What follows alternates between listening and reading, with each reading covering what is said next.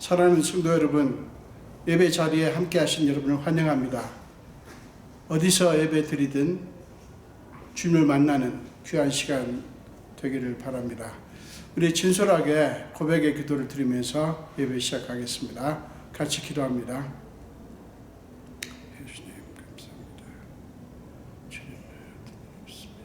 주님 나와주시고 주님이시여 생명의 근원이시여 나는 주님 아들이고 주님의 종이고 주님의 사랑하죠. 주님의 하늘 선침하고 있다. 아버지 그러지 않지 그렇고 순간순간 네 아버지 주님 감사합니다. 아버지 주여 정답게 써주시고 예수 피로 수발로 깨끗게 빨갛게 씻어 주시옵소서. 주님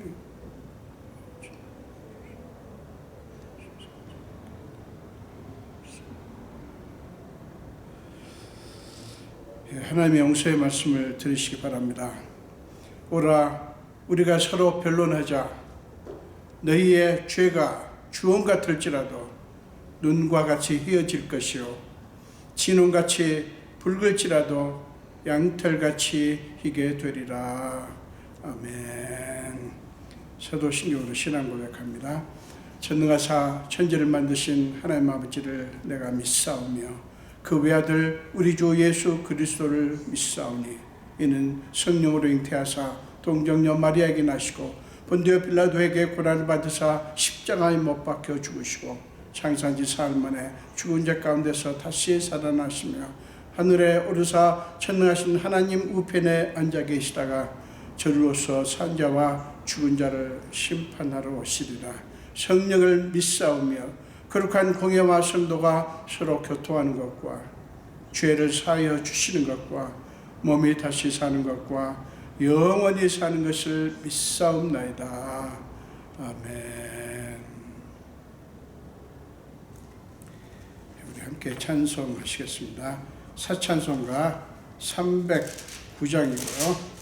통일 찬송가 409장입니다.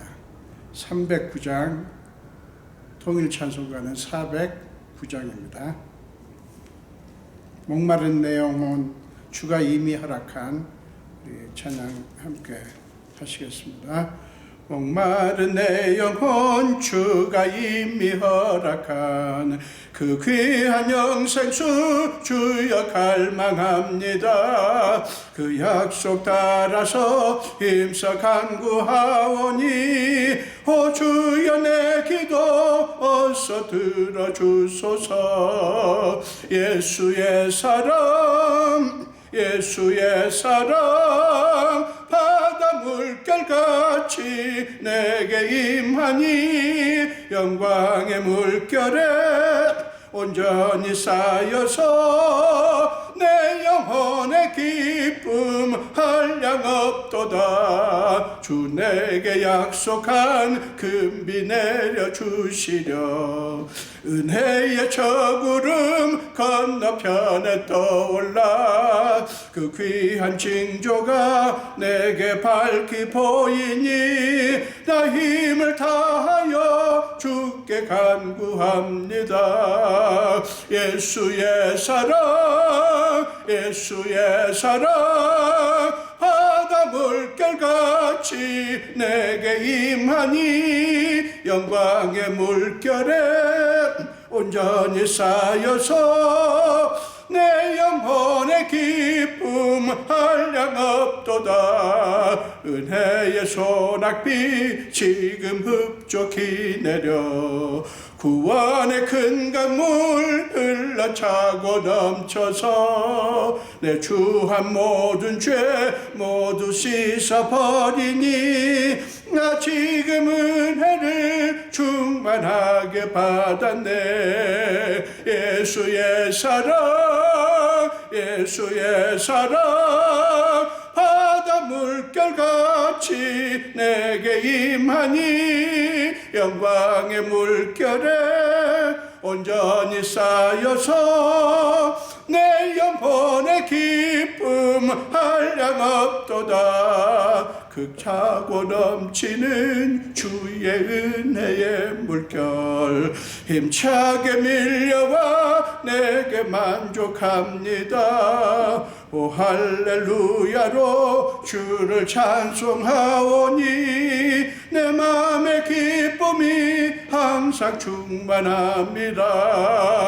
예수의 사랑 예수의 사랑 바다 물결같이 내게 임하니 영광의 물결에 온전히 쌓여서 내 영혼의 기쁨 한량 없도다. 아멘. 기도하겠습니다. 예수님 감사합니다. 예배의 주인 되신 주님, 우리를 불러주신 주님, 우리에게 은혜 주시기 위해서 예배 자리에 불러주신 주님을 찬양합니다. 참으로 좋으신 주님, 참으로 오직 믿을 뿐인 주님을 마음껏 높이기를 원합니다. 아버지, 우리를 불러주셨사오니 우리의 예배의 자리가 어디가 됐든 주님 우리를 만나 주옵소서. 우리에게 임하시고 우리 각 사람 속에 충만하시고 그들의 짐을 벗겨주시며 그들의 마음의 상처와 육신의 약함을 고치시며 하나님 보시기에 합당치 않은 온갖 더러운 것들을 예수의 피로 깨끗게 씻어 주시옵소서. 오늘 예배의 자리에 나오신 한 분 한 분을 주님 손에 부탁합니다. 하나님, 주님의 사랑하는 귀한 자녀들이 오니 아버지께서 저들과 함께 하시고 오늘 주께서 주님의 그 주님 되심을 그들에게 나타내시며 그들이 누구인지 하나님께 어떤 존재인지를 확인할 수 있도록 강권적으로 역사하여 주시옵소서. 아버지, 예배는 우리를 사랑하시는 주님을 우리에게 주님을 만날 기회를 주신 것입니다. 그 자체가 너무나 놀라운 사랑이고 갚을 수 없는 은혜입니다. 아버지, 오늘 주께서 우리와 함께 하시옵소서. 우리는 지난 한 주간도 코로나19 바이러스라고 하는 전대미문의 문제 앞에서 때로는 불안해하며 때로는 걱정하며 그러나 힘들고 어려운 순간순간을 지나왔습니다. 아버지여, 주님의 은혜입니다. 주님께서 우리를 긍휼히 여기시고 붙들어 주신 것입니다. 감사합니다. 아버지, 주님께서 우리 성도들 한 분 한 분을 긍휼히 여기시고 주님이 지금까지도 그렇듯이 계속해서 지켜 보호하시고 하나님을 향해서 날마다 믿음의 발걸음을 옮기기에 부족함이 없도록 주님이 역사하여 주시옵소서. 아버지, 그 광야에서 많은 군중들을 보시며 불쌍히 여기시고 그들에게 말씀으로 가르치실 뿐만 아니라 그들의 질병을 고치시며 그들의 배고픔을 위해서 음식을 부어주시며 놀라운 은혜를 베풀어 주셨듯이 오늘 시간에도 주여 주님의 사랑하는 자녀들에게 하나님께서 역사하여 주시옵소서. 오 주님, 우리는 이 코로나 바이러스 상황을 우리는 어찌할 수 없습니다. 하나님께 맡깁니다. 부탁드립니다. 주님만이 이것을 잡을 수가 있사오니 하나님이여 속히 이 바이러스가 멈출 수 있도록 역사하여 주시옵소서. 각국에서 이제 백신도 개발하고 치료약도 개발하고 있는데 이제 접종을 이미 다 받으신 분들도 있고 접종을 받기 위해서 기다리는 분들도 있고 그러나 어떤 가난한 나라들은 언제 접종을 받을 수 있을지 알 수 없는 상황 속에 있습니다. 아버지여 불쌍히 여겨 주옵소서. 다 주님이 사랑하는 영혼들 아닙니까? 하나님께서 그들에게 은총을 베푸사 전 세계 만민들이 접종을 받을 수 있도록 많은 백신이 더 나올 수 있게 하여 주시옵소서. 그 의료진들에게 그 수고하는 과학자들에게 지혜를 주시고 능력을 부어 주시옵소서. 아버지, 또한 의료 현장에서 지금 그 코로나에 감염된 환자들을 돌보느라 동분서주하는 의료진들을 불쌍히 여기시고 주님께서 그들을 만나주시고 그들의 고통을 덜어주시며 그들에게 지혜를 주시고 특단의 방법으로 그들을 보호하여 주시옵소서. 하나님께서 그들과 함께 하시고 하나님 그들의 손길이 닿는 곳마다 치유의 역사가 일어나게 하여 주시옵소서. 오 주님, 우리 성도들 한 분 한 분을 기억해 주옵소서. 삶의 정황들이 다 다릅니다. 그러나 하나님께서 그들과 함께 하사 그들에게 주어진 일들을 감당하는 데 부족함이 없도록 하시고 코로나19 바이러스라고 하는 위험한 상황들이 있지만 아버지 주님이 사랑하는 자녀들이 오니 믿음으로 그 위험한 곳을 그 상황을 뚫고 나갈 수 있도록 붙들어 주시옵소서. 오 주님, 오늘도 부정한 종이 말씀을 들고 섭니다.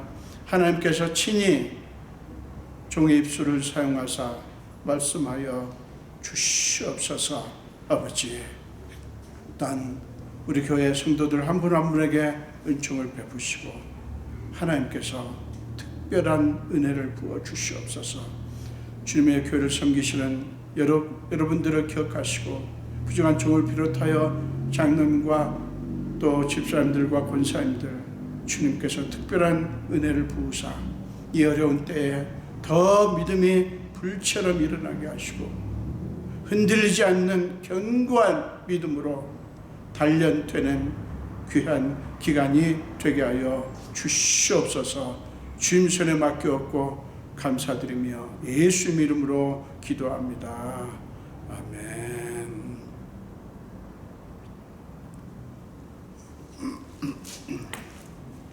네, 우리 함께 나누신 말씀은 사무엘하서 18장입니다. 사무엘하서 18장 9절에서 17절까지입니다. 사무엘하 18장 9절에서 17절까지요.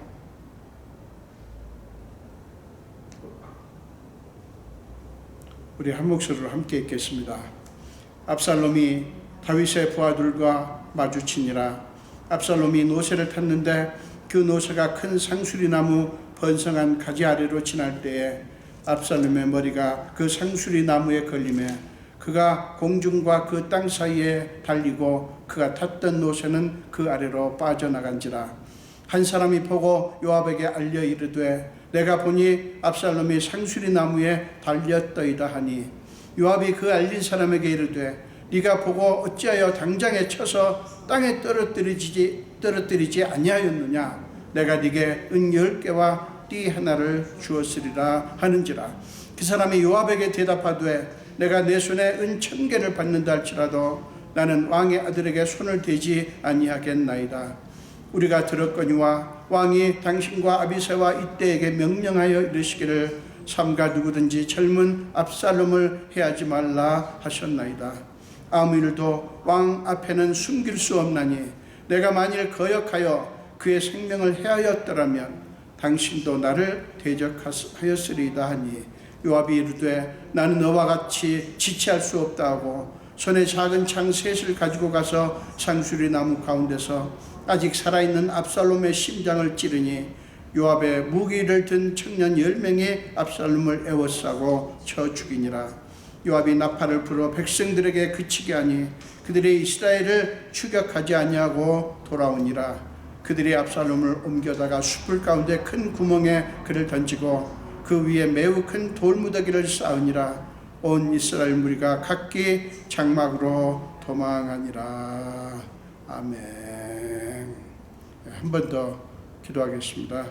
예수님 보십시오. 부족한 종이 오늘도 주의 말씀을 들고 주님 앞에 주님이 사랑하는 주의 자녀들 앞에 섭니다. 저는 죄인입니다. 하나님께 맡깁니다. 하나님께서 친히 오시사 제 입술을 붙드시고 사용하셔서 친히 하나님의 말씀을 전해 주시옵소서. 그래야 전하는 저나 말씀을 듣는 모든 성도들이 함께 주님의 놀라운 은혜를 체험하는 귀한 시간 되게 하여 주시옵소서. 감사드렸고 예수 이름으로 기도합니다. 아멘.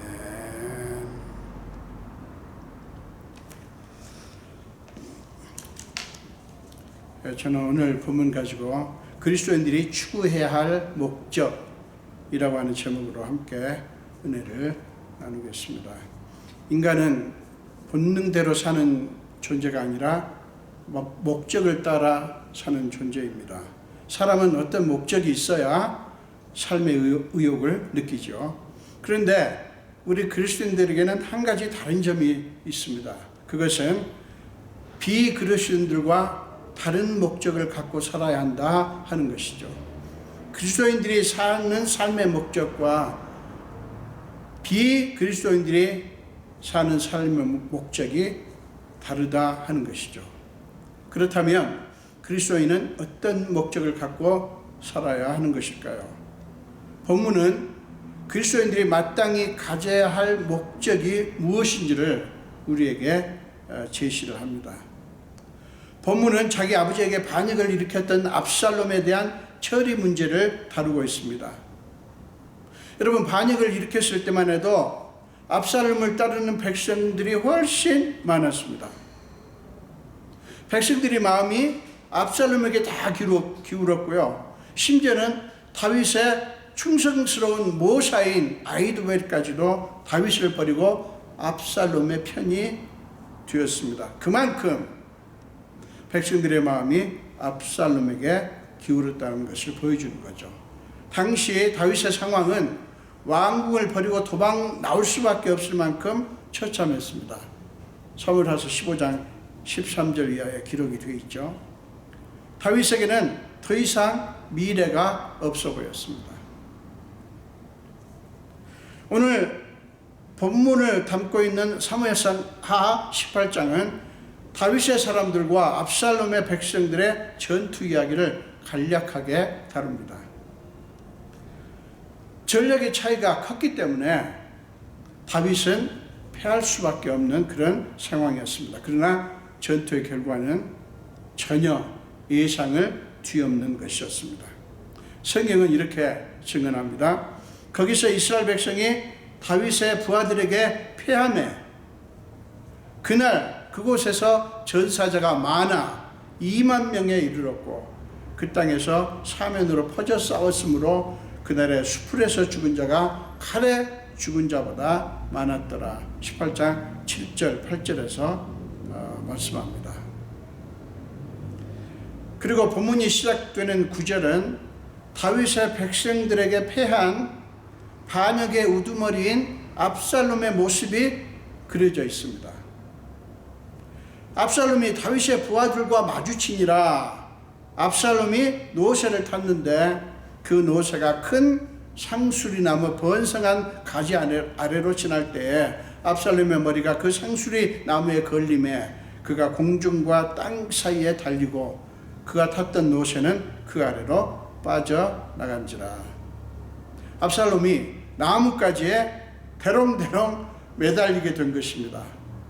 여러분, 이게 뭐냐면 압살롬의 머리가 유난히 길고 숱도 많고 그래서 평상시에는 그 머리가 압살롬의 마치 트레이드마크처럼 자랑스러운 그런 그 자랑거리 중에 하나였어요.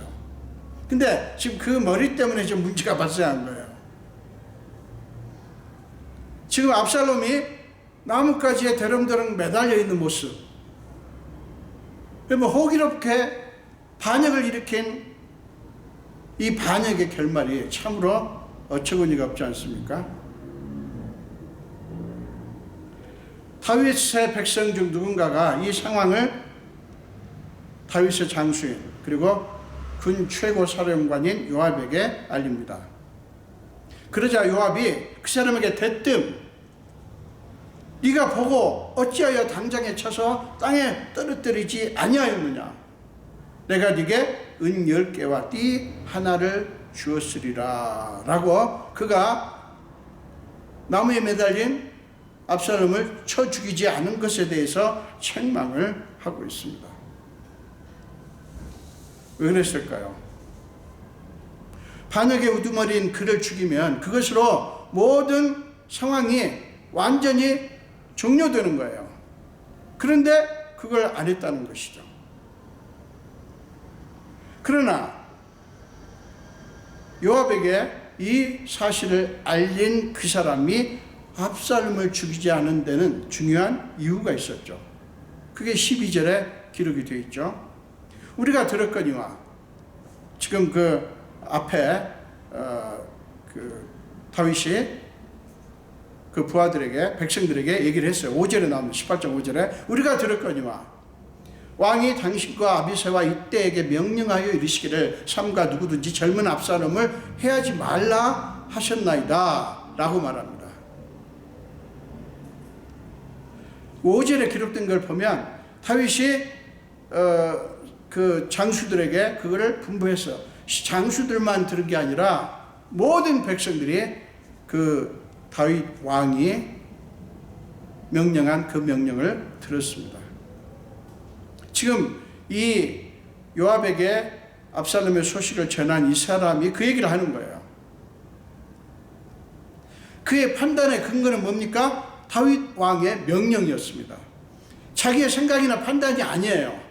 다윗 왕이 명령했다고 하는 것을 얘기를 합니다.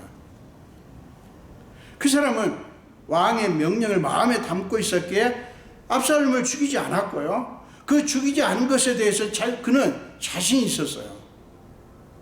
부끄러워하지 않습니다. 그리고 그의 말이 의미가 있다고 하는 것은 뭐냐면 왕의 명령을 지금 요압에게 상기시키는 그런 역할을 하고 있다는 것이죠. 그는 더 나아가 아무 일도 왕 앞에는 숨길 수 없나니 내가 만일 거역하여 그의 생명을 해하였더라면 당신도 나를 대적하였으리다 라고 13절에 은근히 요압을 압박합니다. 사실 요압은 그게 아닌데, 여러분, 요압에게 압살롬의 소식을 전한 이 사람을 보세요. 그는 군 최고 사령관인 요압과 달리 이름 없는 한 백성에 불과했어요. 그러나 그는 자신도 왕의 명령을 귀하게 여겼고, 그러면서 요압에게도 그것을 강조하고 있어요. 그는 자기의 생각이나 의견이 아니라 왕의 생각, 왕의 명령을 염두에 둔 거예요. 요압이 네가 만약에 압살롬을 죽였더라면 내가 은 10개와 띠 하나를 주었으리라 라고 말했을 때에도 그는 이렇게 응수를 합니다. 내가 내 손에 은 1000개를 받는다 할지라도, 이 어마어마한 액수입니다. 이게 은 10개도 많은데요, 은 1000개는 상상할 수 없는 그런 돈입니다. 근데 은 1000개를 받는다 할지라도 나는 왕의 아들에게 손을 대지 아니하겠나이다. 그의 중심은 재물이 아니라 여전히 왕의 명령에 모아져 있었던 것이죠. 여러분, 이것이 정말 왕을 사랑하는 것 아닐까요? 우리와 하나님과의 관계에서도 마찬가지입니다. 오직 하나님의 생각과 관점을 주목하고 물질적인 축복이라든가 우리 삶이 어떻게 되는지 관계없이, 상관없이 하나님의 말씀에만 관심을 두고 그대로 순종하는 것, 하나님의 마음, 하나님의 뜻, 하나님의 말씀만 유념하는 것, 그것이 하나님을 사랑하는 것 아니겠습니까? 주님을 위해서, 교회를 위해서 엄청난 일을 한다 할지라도 만약에 모든 일을 그저 자기 생각대로, 자기 판단대로 해버린다면 그게 무슨 하나님을 사랑하는 모습이겠어요? 자, 요압은 이 사람의 말을 듣고 어떻게 합니까? 14절에 그 요압의 반응이 나오죠. 나는 너와 같이 질취할 수 없다 하고 손에 작은 창 셋을 가지고 가서 상수리 나무 가운데 아직 살아있는 압살롬의 심장을 찌르니. 자, 요압은 나는 너와 같이 지체할 수 없다라고 외칩니다. 뭡니까? 자기 자신을 강조하는 것이죠. 네 말은 완전 넌센스다. 말 같지도 않은 말을 그만둬라. 나는 너처럼 우유부단하게 행동할 수 없다. 나는 더 이상 시간을 낭비할 수 없다. 라고 주장을 하는 거예요. 그리고는 재빨리 달려가서 직접 자기 손으로 압살롬의 심장을 찌른 것입니다. 여러분, 어떻게 생각하세요? 이 사람 참 화끈하죠? 문제를 시원시원하게 처리하지 않습니까? 여러분, 좋아 보이세요, 이 사람? 요압은 분명히 군 총사령관으로서 왕을 위해서 싸우는 충성스러운 장수일 것입니다. 그러나 그의 문제가 뭔지 아십니까? 이 요압의 문제가 무엇인지 아십니까? 그의 최대의 문제는 왕의 명령이 아니라, 왕의 생각이 아니라 자기 생각에 따라 행동을 한 거예요. 그러니까 그는 왕의 명령이 아니라 자기 판단을 앞세운 거예요. 왕의 명령을 들었어요. 왕의 마음을 느꼈어요. 그러나 그것은 자기한테 중요하지 않은 거예요. 겉으로는 왕을 섬기고 왕을 위하는 것 같지만 실상은 자기 생각을 앞세우고 자기의 뜻을 우선시한 것입니다.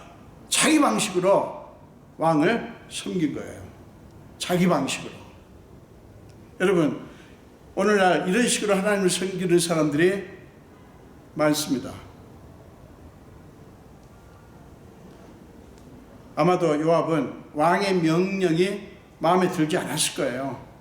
듣긴 들었죠. 그러나 들으면서 자기가 그 왕의 명령을 해석을 합니다. 그리고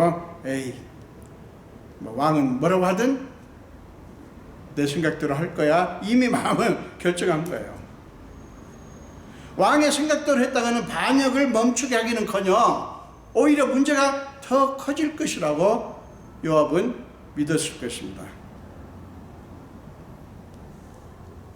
자, 압살롬의 소식을 전한 그 사람은 아주 분명하게 왕의 명령이 중요하고 우리가 왕의 백성이므로 왕의 뜻대로 하는 것이 옳다라고 감히 최고 사령관에게 주장을 했지만 요압은 그의 말을 무시해버렸어요. 사실 요압은 그 사람의 말을 무시한 것이 아니라 왕의 명령을 무시한 것이죠. 자기에게 왕의 명령을 상기시켜주고 자기의 양심을 깨운, 사실은 그 사람은요, 압살롬의 소식을 전한 사람은 이 요압의 양심을 일으킨 깨운 거예요. 근데 그 사람에게 나는 너의 그 말 같지 않은 말을 받아들일 수 없다. 나는 너와 다르다. 라고 자기 뜻대로 행동을 해버린 거예요. 그런 사람들 우리 주변에도 들어볼 수가 있죠. 그런데 여러분, 예수를 믿는 우리 안에도 요압의 모습이 있다고 하는 것을 부인할 수가 없죠. 여러분, 그리스도인이 누굽니까? 예수 그리스도를 나의 구세주로 믿음으로써 그를 주인 삼고 그분의 뜻대로 생각하고 행동하고 순종하면서 살기로 작정한 사람들 아닙니까? 우리가 우리 주인이 아니지 않습니까? 예수님이 나의 주인이고 모든 것을 예수님 중심으로 생각하는 사람들이 그리스도인 아닙니까? 하나님 나라의 가치를 중요시하고 거기에 소망을 두고 사는 삶이 얼마나 소중한지를 믿고 이 세상의 삶에 파묻혀서 정신없이 살아서는 안 되는 것 아닙니까? 우리의 생각이나 관점이나 판단이 아니라 예수님의 생각, 예수님의 관점, 판단을 최우선 순위에 두고 오직 그것에 관심을 두고 그대로 순종해야 되는 것 아닙니까? 그런데 왜 많은 그리스도인들이 그러지 못하는 것일까요? 여러분, 여러 가지 이유가 있겠지만 가장 중요한 이유는 예수를 믿는 동기에 문제가 있기 때문입니다. 여러분, 우리가 예수를 믿는 동기가 뭡니까? 예수를 믿는 가장 중요한 동기는 하나님의 은혜입니다. 하나님의 사랑입니다.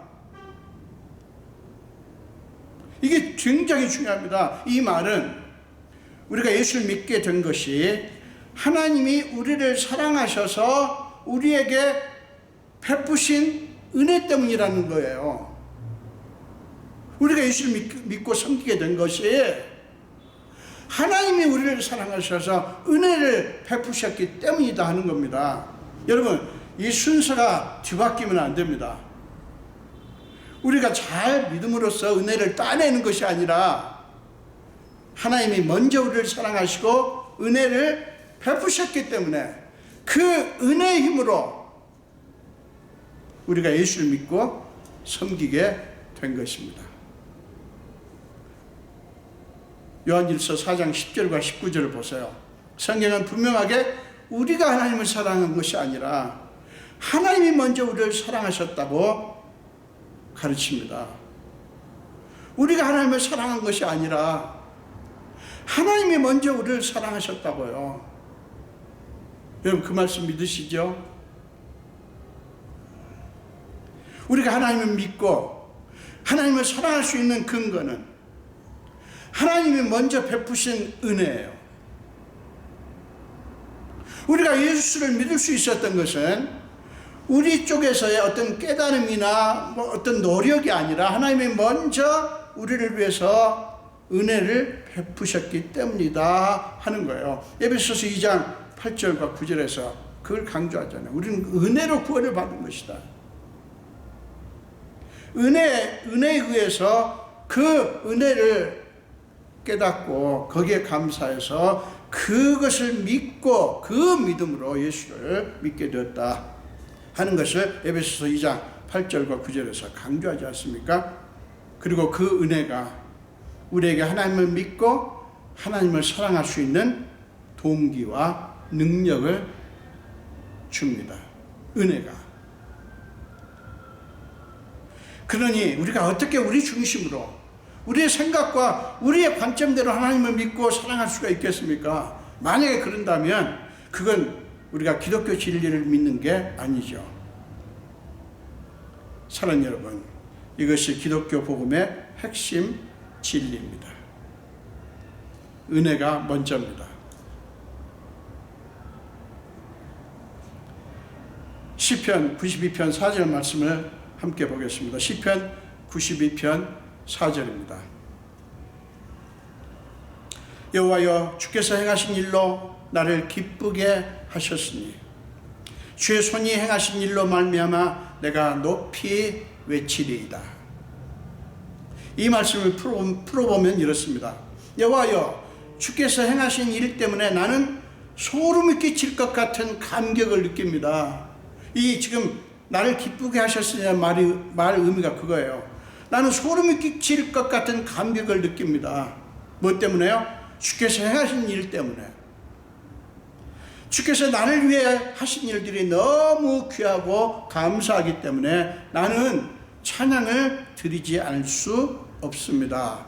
시편 92편 4절을 풀어서 그렇게 우리가 고백할 수 있어요. 여러분, 이 시편 저자의 감격이 느껴지십니까?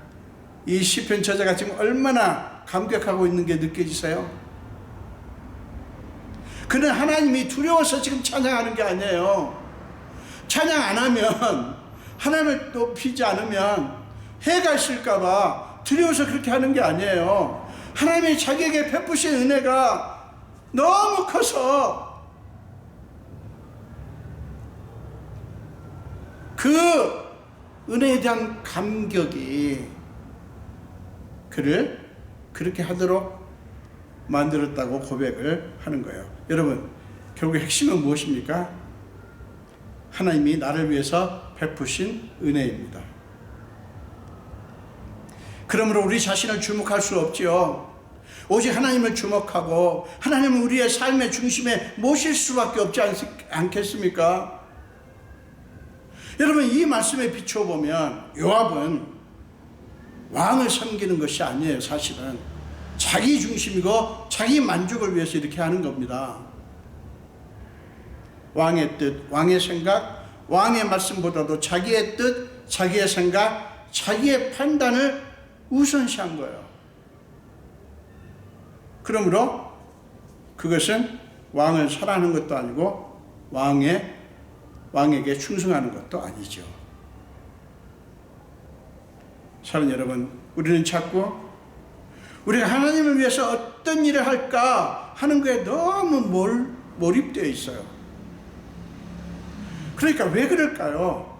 하나님을 위해서 뭔가를 해야 하나님께서 나를 인정하시고 기뻐하시고 내가 원하는 것을 해주시지 않겠는가, 축복하시지 않겠는가, 나를 기뻐하셔서 내가 무슨 일을 많이 해야 이런 생각 때문에 그러는 거예요. 어떻게 하면 주님을 위해서 일할까? 너무 멋있게 들리지만요, 거기에 위험성이 있습니다. 여러분, 오해하지 마시고 들으세요. 잘 들으세요.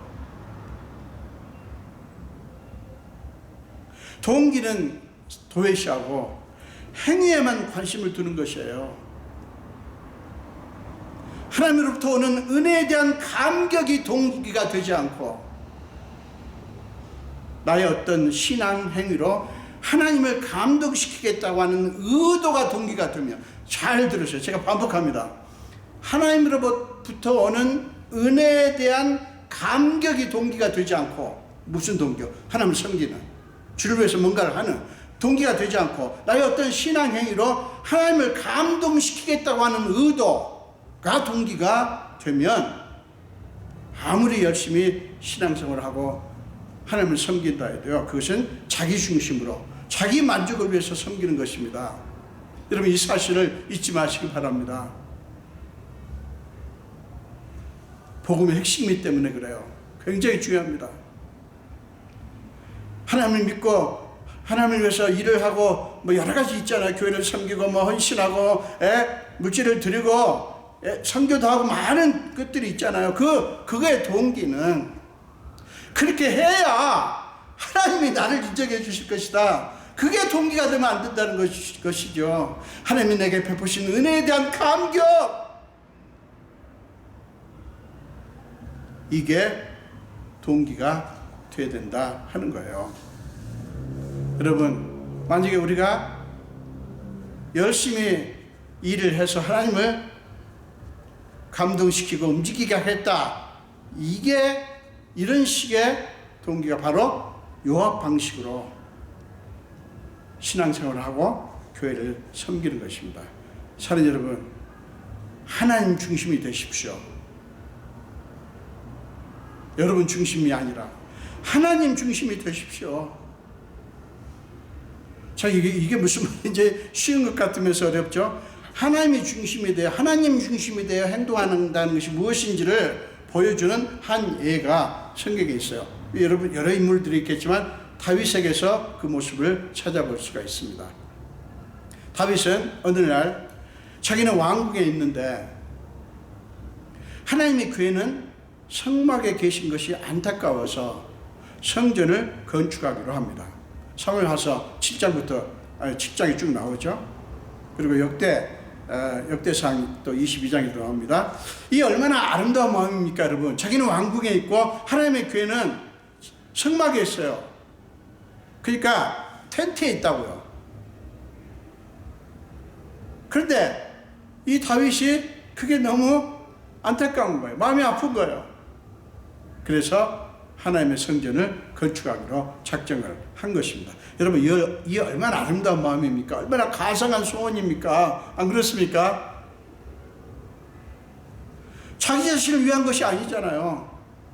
자기 왕국을 더 아름답게 짓겠다는 게 아니잖아요. 하나님을 위한 것이고 하나님을 영화롭게 하는 것 아닙니까? 그런데 하나님은 허락하지 않으셨어요. 그 이유는 역대상 22장에 나옵니다마는 네가 내 앞에서 땅에 피를 많이 흘렸은즉 내 이름을 위하여 성전을 건축하지 못하리라 라는 것이었어요. 그게 이유였어요. 자, 그 말씀을 듣자마자 하나님의 뜻을 파악하자마자 다윗은 재빨리 자기 생각을 내려놓습니다. 한 점의 의문이나 서운한 마음 없이 하나님의 뜻을 다 받아들입니다. 여러분, 하나님의 성전은 건축하겠다는데 왜 거부돼야 합니까? 안 그렇습니까? 하나님의 성전을 건축하겠다는데 왜 하나님께서 그거를 거부하셔야 돼요? 이거 굉장히 중요합니다. 이 다윗의 이 성전 건축 이야기는 우리 그리스도인들이 정말 잊지 말아야 될 굉장히 중요한 교훈이 담겨 있어요. 그러나 하나님의 생각은 그의 생각과 달랐던 것이고 다윗은 그것을 흔쾌하게 받아들인 것입니다. 하나님, 내가 내 몸을 편하게 안락하게 하겠다는 겁니까? 하나님을 위해서 제가 이 일을 하려고 하는데 왜 막으십니까? 이거 너무 심하신 거 아닙니까? 그런 거 전혀 없어요. 예, 알겠습니다. 하는 뜻대로 되기를 원합니다 하고 흔쾌하게 하나님의 거부하시는 뜻을 받아들입니다. 여러분, 이것입니다.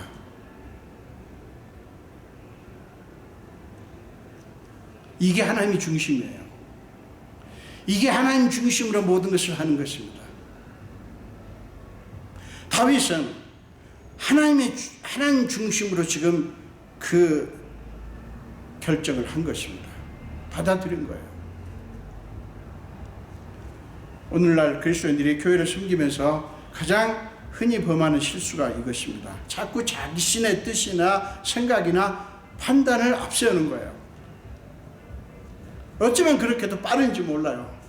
뭔가를 보면서 기도합시다, 기도해 봅시다, 좀 고민해 봅시다, 이게 아니에요. 내가 볼 때는, 내가 생각할 때는 이건 말도 안 된다, 이러니 저러니 이유를 댑니다. 그게 바로 자신의 뜻을 우선시하고 하나님의 뜻과 하나님의 마음을 무시하는 거예요. 예컨대 여러분, 선교도 그렇습니다. 여러분 잘 들으세요. 선교도 그래요. 선교가 나쁘다거나 필요 없다고 생각할 사람 누가 있을까요? 선교가 나쁩니까? 선교가 필요 없습니까? 아니요, 정반대죠. 그래서 선교하는 게 뭐가 나쁘냐면서 선교라고 하는 신앙 행위에 초점을 맞추고 거기에 모든 것을 겁니다.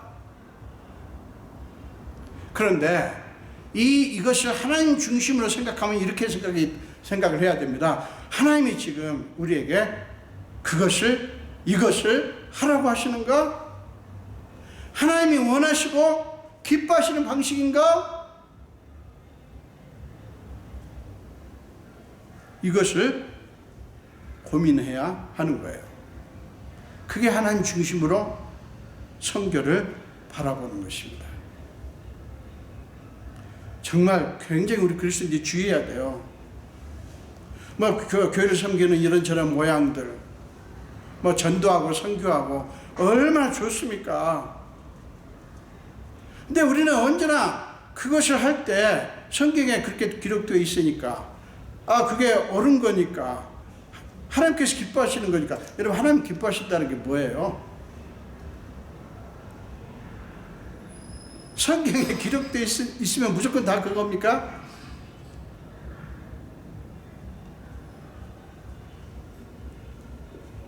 여러분, 이게 굉장히 주의해야 됩니다. 제가 선교라고 하는 한 가지를 예를 들었지만 가장 많이 교회들이 오해하고 있고 또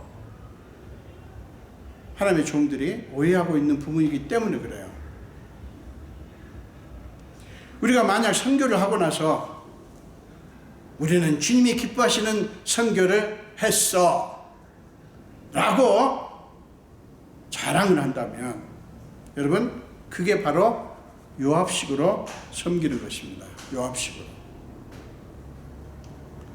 그것은 하나님과 상관없이 우리 중심으로 우리 만족을 위해서 일하는 거예요. 이런 일들이 얼마나 많은지 몰라요. 슬픈 사실이에요. 요압은 자기 판단대로 조금 더 망설임이나 주저함 없이 즉각 행동에 옮겼죠. 요압의 무기를 든 청년들도 요압을 따라서 압살롬을 에워싸고 그를 쳐 죽였습니다. 그리고는 그 압살롬의 시체를, 하다못해 시체라도 왕에게 갖다 줘야 되는 거 아니에요?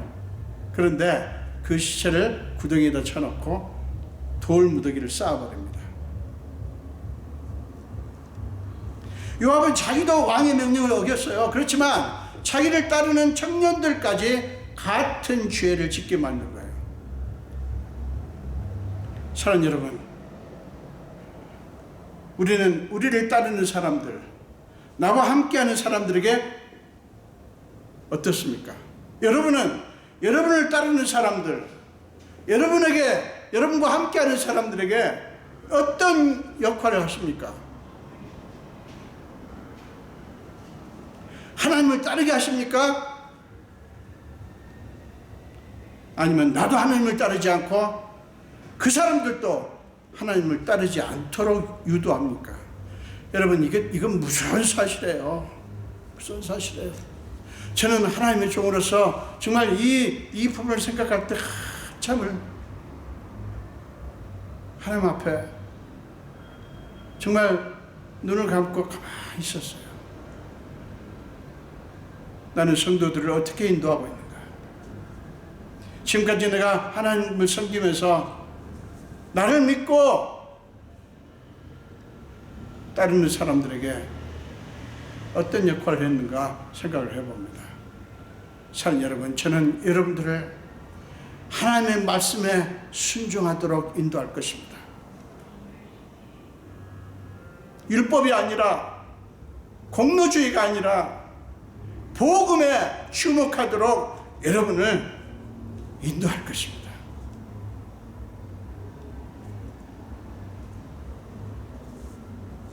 여러분, 기억하십시오.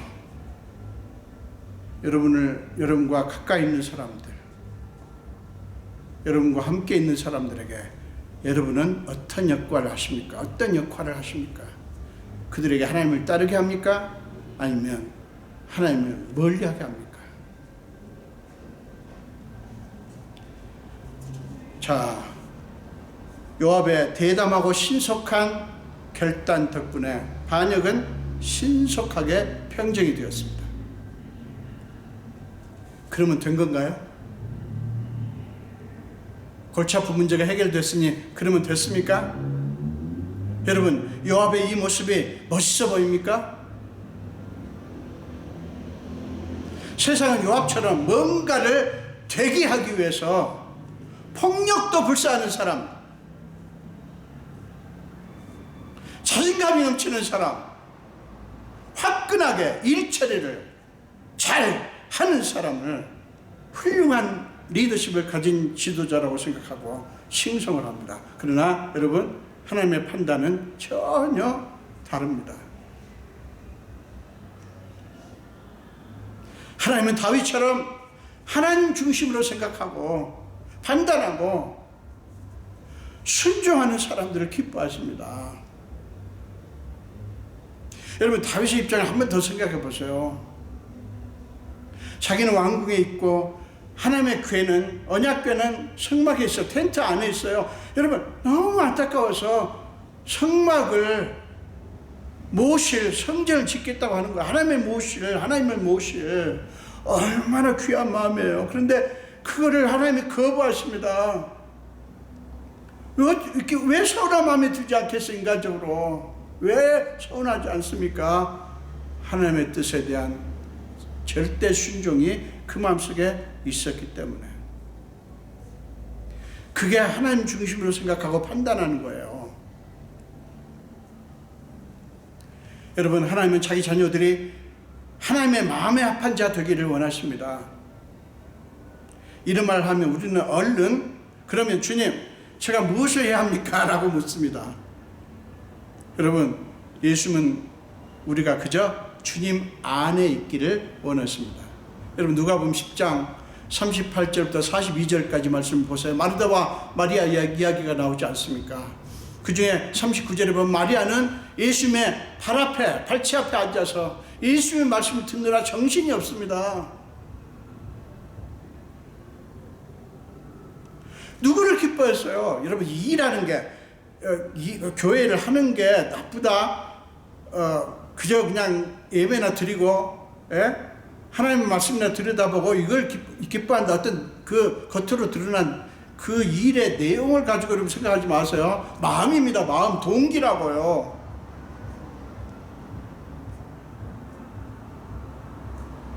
마리아처럼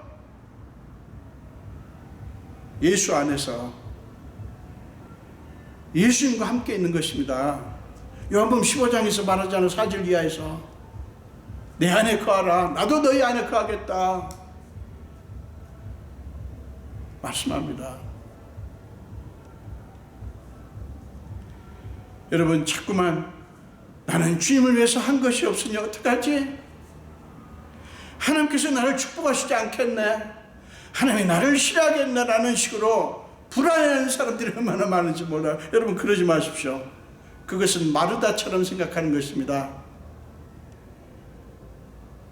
다시 말씀드립니다. 주님을 위해서 일하는 것이 나쁘다는 게 절대 아니에요. 동기를 얘기하는 겁니다. 동기. 사랑하는 여러분, 그리스도인의 참된 목적은 죽기 살기로 하나님 중심이 되는 것입니다. 그러므로 여러분의 생각, 여러분의 판단을 앞세우지 마십시오. 그것은 여러분 자신도 모르게 하나님을 제한하는 거예요. 철저하게 하나님 중심이 되면 자연히 하나님 중심의 하나님 수준의 꿈을 꾸게 됩니다. 하나님의 중심이 되면 내 지혜, 내 방식, 내 판단이 아니라 하나님의 방식을 주목하게 되기 때문에 하나님만이 주실 수 있는 놀라운 은총의 축복을 받게 됩니다. 오직 하나님께만 초점을 맞추면 나의 연약함, 나의 약점, 나의 실패에 얽매이지 않게 되고요. 그렇게 되면 하나님의 하실 일을 바라보게 되고요. 그렇게 되면 나의 연약함을 통해서 오히려 온전해지는 하나님의 능력을 체험하게 됩니다. 그게 믿음의 유력을 경험하는 것이고요. 그게 진짜 믿는 것입니다. 여러분, 기억하십시오.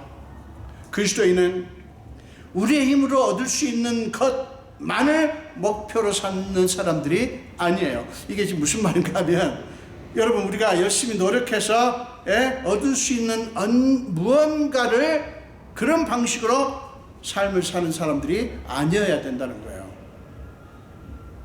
무슨 말인지 아시죠?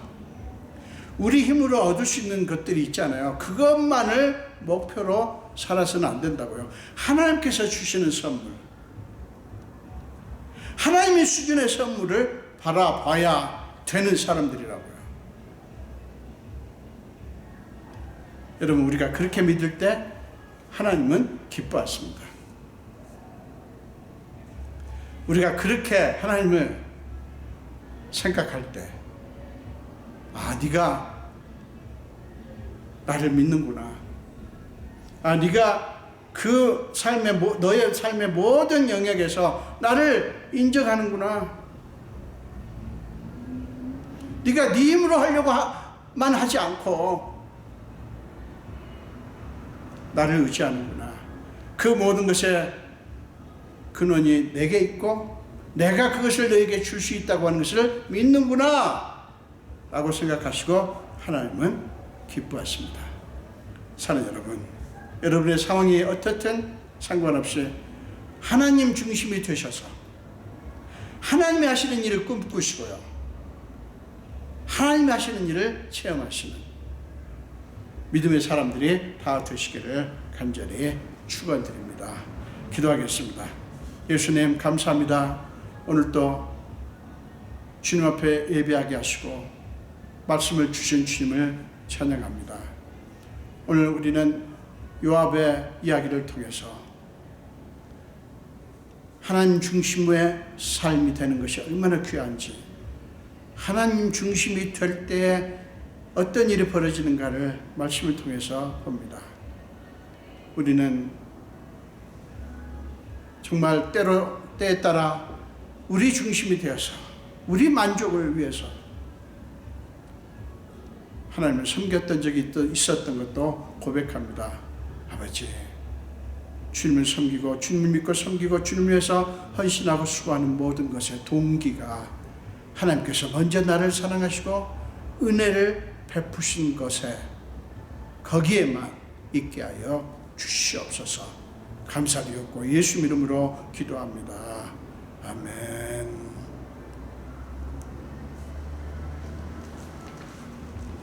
사랑합니다 나의 예수님 찬양하시겠습니다. 헌금하시면서 헌금하시겠습니다. 사랑합니다 나의 예수님, 사랑합니다 아주 많이요. 사랑합니다 나의 예수님, 사랑합니다 그것뿐이에요. 사랑한다 아들아,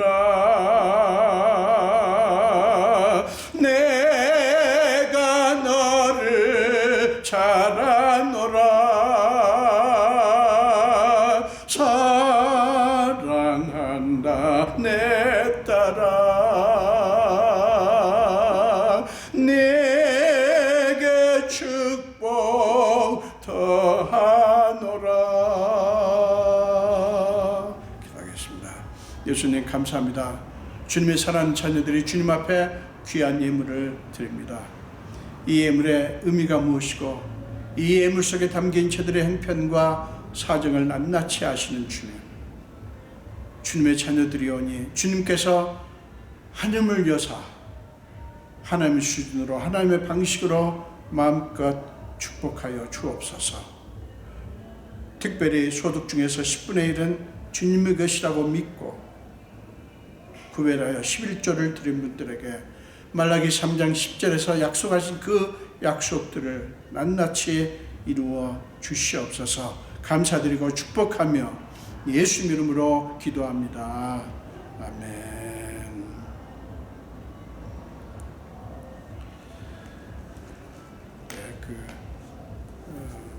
그 새로운 광고는 없습니다. 계속해서 지금 1부와 2부로 나누어서 예배를 드리고 있고요.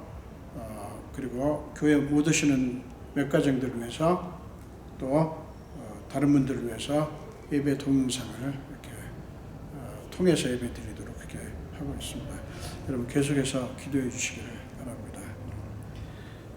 우리 마지막 찬송 하시겠습니다. 새 찬송가 354장입니다. 통일 찬송가 394장입니다. 354장, 통일 찬송가 394장이요.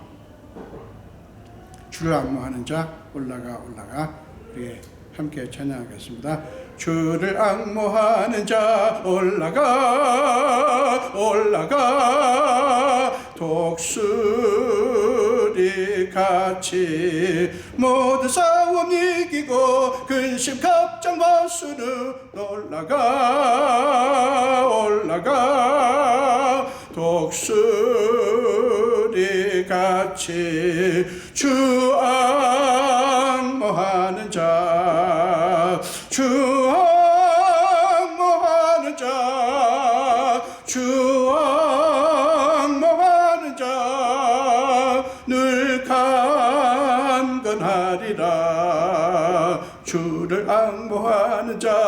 걸어가 걸어가 고단치 않네. 길을 잃은 양떼를 두루 찾아다니며 걸어가 걸어가 고단치 않네. 주 앙모하는 자 주 앙모하는 자 주 앙모하는 자 늘 강건하리라. 주를 앙모하는 자 달려가 달려가 피곤치 않네. 천성문을 향하여 멸류관을 얻도록 달려가 달려가 피곤치 않네. 주 앙모하는 자 주 앙모하는 자 주 앙모하는 자 늘 강건하리라. 주를 앙모하는 자 올라가 올라가 독수리같이 은혜 안에 뛰놀며 주의 영광 보리라. 올라가 올라가 독수리같이 주 앙모하는 자 주 앙모하는 자 주 앙모하는 자 늘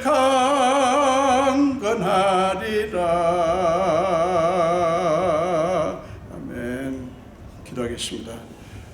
지금은 우리 주 예수 그리스도의 크신 은혜와 하나님 아버지의 지극하신 사랑하심과 우리 삶 속에 기꺼이 들어오셔서 우리의 모든 무거운 짐과 연약함을 다 짊어지시고 날마다 우리 위해서 탄식함으로 간구하시는 성령님의 감화 감동 역사하심이 오늘 예배를 드리며 특별히 말씀을 듣고 이제 철저하게 하나님 중심으로 모든 것을 보며 하나님이 주신 사랑과 은혜 때문에 감사하고 그 힘으로 하나님을 섬기기로 작정하는 우리 성도들 머리 위에와 우리 온 교회 위에 지금부터 영원토록 함께 하시기를 간절히 축원하옵나이다.